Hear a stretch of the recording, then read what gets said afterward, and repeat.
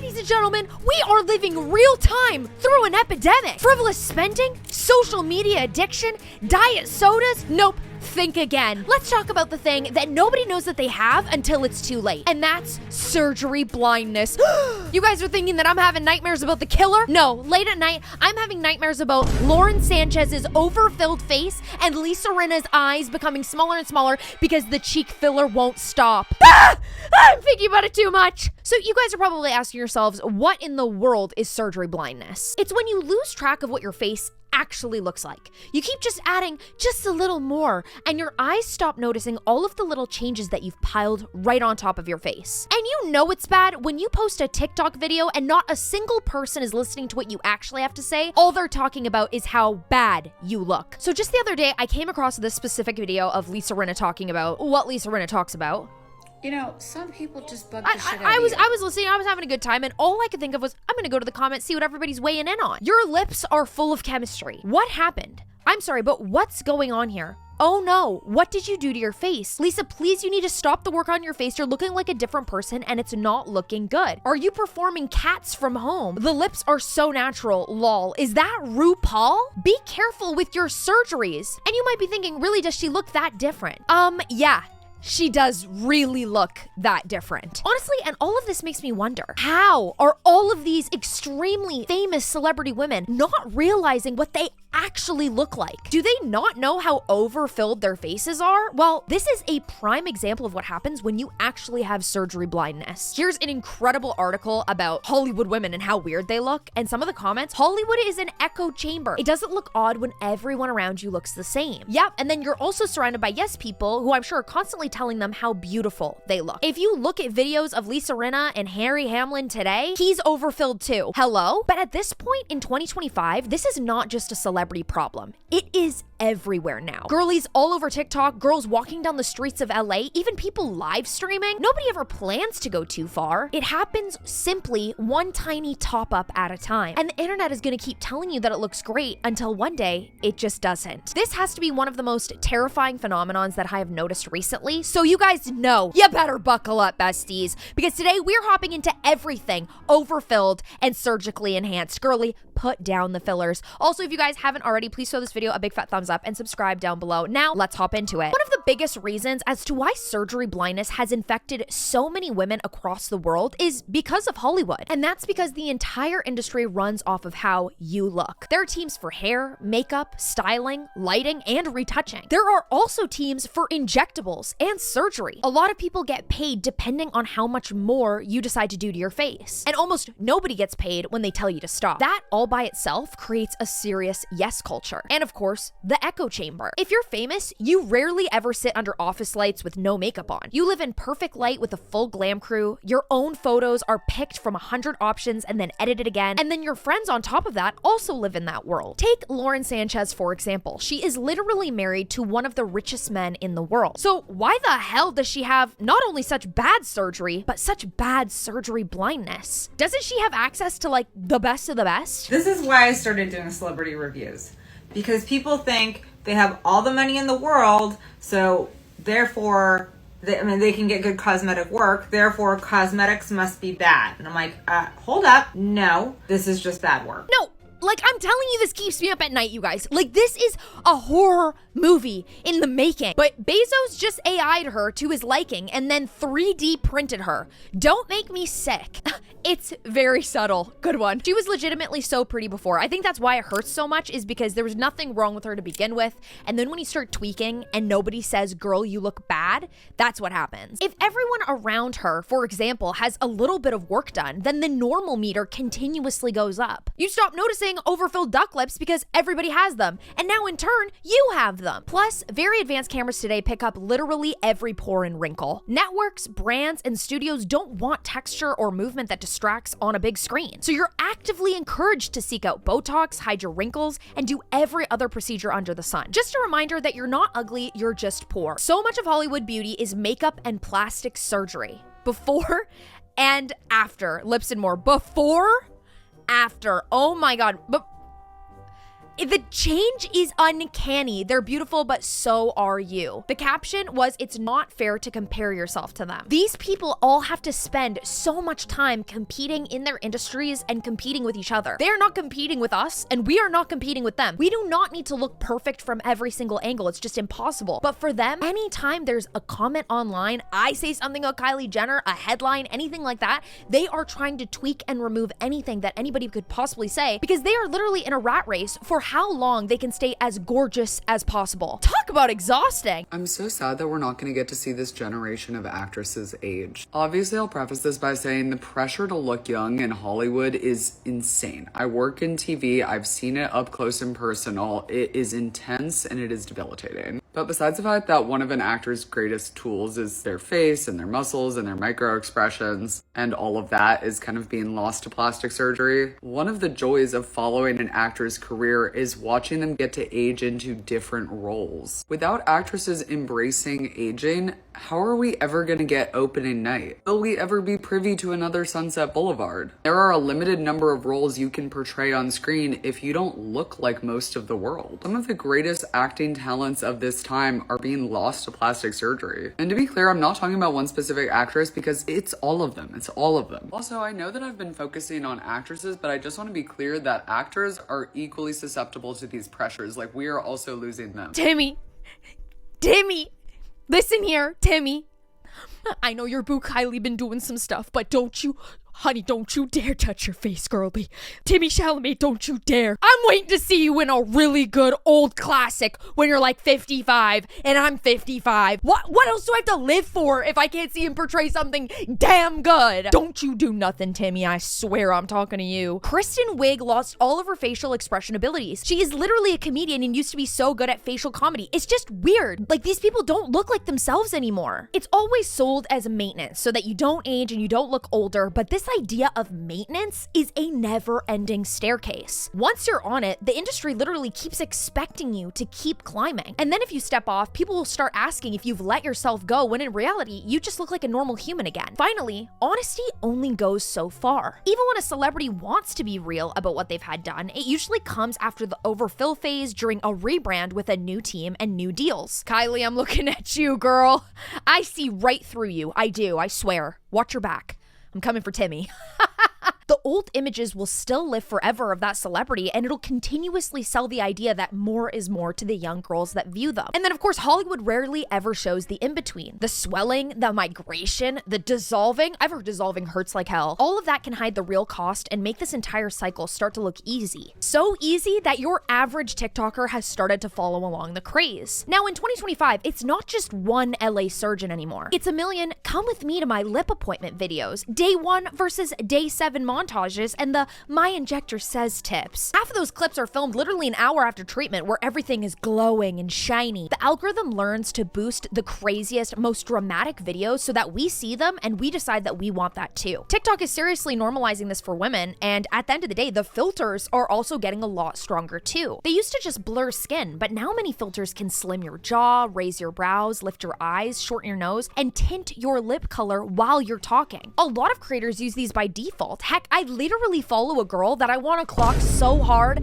that she is constantly using a filter and it pisses me off. Like, she's a fitness girly, she's an icon, she's great at what she does, but every photo, every video ever has a crazy intense face filter, and I'm like, why do you think you're getting away with this? Viewers then compare their bare face to their extremely edited face and then feel like there's some sort of disconnect. They start feeling behind and feeling weird because, well, it is kind of weird. Imagine every day I was showing up to make these videos. I don't know why people think that it's okay when you're doing a vertical short form video, but if I was showing up to talk to you guys about these things and I'm sitting here in front of you and I'm wearing literally a blurring filter that snatches my eyes to another dimension, at the end of the day, it would feel really dishonest. How could I sit here for 10 minutes? Well, how the hell can these people be doing it for even 30 seconds? A couple days ago, I made a video about having hooded eyes. This video was not exclusively about Brooke Schofield, but more about how this is kind of the most recent insecurity that I am being shown on my FYP. I have a whole video series called Inventing Insecurities, where the angle that I'm hitting is, you know, women are fed these kind of like made up insecurities, and then we are sold some kind of solution to fix the problem. But like 2 hours after I posted that video, when it only had like 7,000 views, Brooke Schofield commented on it. This is such such an unbelievably weird response to one person sharing their personal choice without in any way encouraging others to follow suit. First of all, I immediately panicked and I deleted that comment because truly this video that I made was not supposed to like be criticizing her, but that seemed to be how she was taking it. And I was just like, I don't want to fight with this person. I don't know this person. I don't want to get into it. She's just one of those people that like can't help but read the comments. She goes deep in the comments. She gets mad. She talks about the comments on the canceled podcast. Gets so angry about it. Just put the phone down, girl. Like, other people's opinions are not your business. Like, what you choose to do with yourself, if you're going to share it with everybody else, they're going to have an opinion. Like, sorry. Since then, I haven't been able to stop thinking about this comment, but also more broadly, I haven't been able to stop thinking about where we currently are in this kind of ecosystem of sharing cosmetic procedures and enhancements. The idea that someone like Brooke can make a personal choice without encouraging others to follow suit, that is a fallacy. She is an influencer. You don't have to look down the camera and say, I want you to buy this thing or do this thing in order to influence people. Even if you don't think you're encouraging people to get this procedure, language does matter. I have seen other clips of her talking about how her eyes were really droopy and that when someone gets this kind of blef, afterwards they'll look refreshed. What do you think that language says to people who are watching you? People who see those videos are then going to start analyzing their own features and thinking, if I don't get my eyes done, are my eyes going to look droopy? Am I not going to be beautiful? Because women are obviously fed the idea that we need to be beautiful. That's the most important thing since the moment we form consciousness. But coming away from Brooke's comment, in general, when it comes to cosmetic enhancement, there seems to be this kind of invisible line that people are not supposed to cross. As in, if someone already fits kind of perfectly into the current beauty standard, which I would argue that Brooke and also Indy Clinton already fit into, then the public thinks they shouldn't touch their features. Indy Clinton recently got a nose job and she's getting a lot of flack about it online. And people will kind of stumble across that line by accident, it appears, and that's when they come under scrutiny. It's like, oh, you already fit into this beauty standard that we kind of expect and encourage you to fit into. So the fact that they then kind of like messed with their features by getting these enhancements that are seen as kind of like extra, that's when the public reacts strongly. Cassie Wilson, pop off, queen. Like, I'm hitting that. Like, that was literally slay. Influencers want things both ways. They commodify their lives to influence and sell things to their audience, but they also expect their content to be immune from any critique because it's about their lives. This is the thing. When I come on here and I share my opinion about how I feel about something and you don't agree with me, that's what I signed up for. Like, this is an open conversation. We can talk about anything we want and you have the freedom to talk about whatever you want. So if I'm getting on here like Brooke and I'm sharing something that I did, you have to be so ready for people to say, why did you do that to your eyelid? It's because you live in an ecosystem in Hollywood where everybody thinks that, yeah, new is better, new eyelids, new boobs, new butt, new everything. Let's make it crazy. Let's make it super hot. More deals, more brand deals, more money. I'm giving myself a heart attack just saying that. So if you think that people that are living in the real world, that go to real life jobs and take care of real children, if they're not going to agree with you, like, that's because you don't live in a real world with us. We don't agree with you because it doesn't make any sense. And then you're trying to make it so that everybody agrees when, girl, like, how can you say that? All the comments bending over backwards to try to normalize cutting off your eyelids is what's getting to me. This isn't normal and they want to act like it's a effing manicure. We're in hell. They're cutting your eyelids, girl. This isn't a facial. Like, this is real. Like, louder for the people in the back. Plastic surgery is touted as self-care almost, and it's causing massive body dysmorphia among many that get it. Plus, the standard is always changing. BBLs, for example. If you guys haven't seen my recent deep dive on BBLs, go ahead and click here because that is exactly what I talk about in that video. When people say that I just want a tiny tweak, they are trying to match the idea of like a live filter and not what a normal human actually looks like. That's how we end up getting requests like, I want my nose to look longer, or I need my eyes to look more fox-like, just like this filter. This app has taught us to look at our bodies in that way as a thing that we can just critique and change whenever we want to. Language is also a big problem, like that creator just mentioned. Oh, my eyes looked so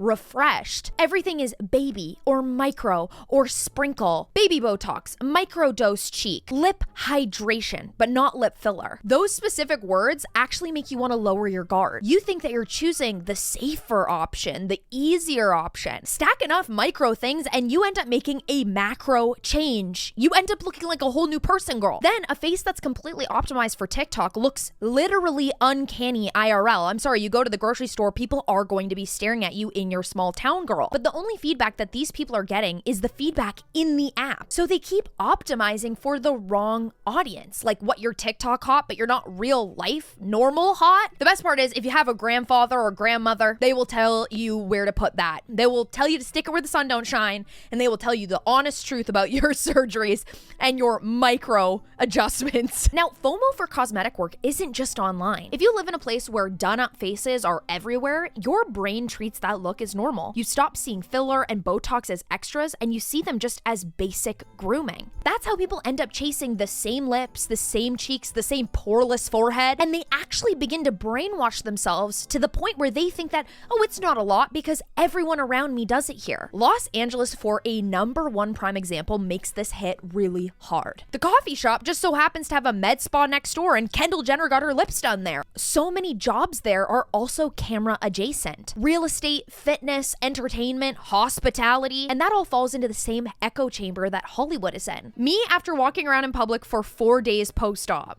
We're in LA, I think it's a normal sighting. It's just like, how can I normalize that the thing that I did is actually really cool and normal when that's not normal, girl? If you show up in LA with some wrinkles, somebody from somewhere will literally say, my girl could fix that in 10 minutes. Skip a cycle, and then everybody notices that you haven't been keeping up with something. If you go ahead and do it, you're gonna have a chorus of people all around you telling you that you're glowing. That praise teaches your brain what kind of face is actually gonna get rewarded. And then inside of these bubbles, nobody actually thinks that they themselves look uncanny. They think they look beautiful and professional. And there's the trap. Your eyes end up naturally adapting to what you see most. If your friends, coworkers, and favorite influencers all have more volume and less movement, that becomes your new normal. You start comparing your bare face to their ring-lighted faces. You start thinking that you're the one who looks off. So then you decide to even things out, and even that ends up looking flat compared to the next edit on TikTok. This is about to be a pretty controversial opinion, but as I've been scrolling on TikTok lately, like I'm 29 years old. And as I've been scrolling on TikTok, I've been like coming across these girls and influencers, and I'll look at them and I'm like, you're probably my age.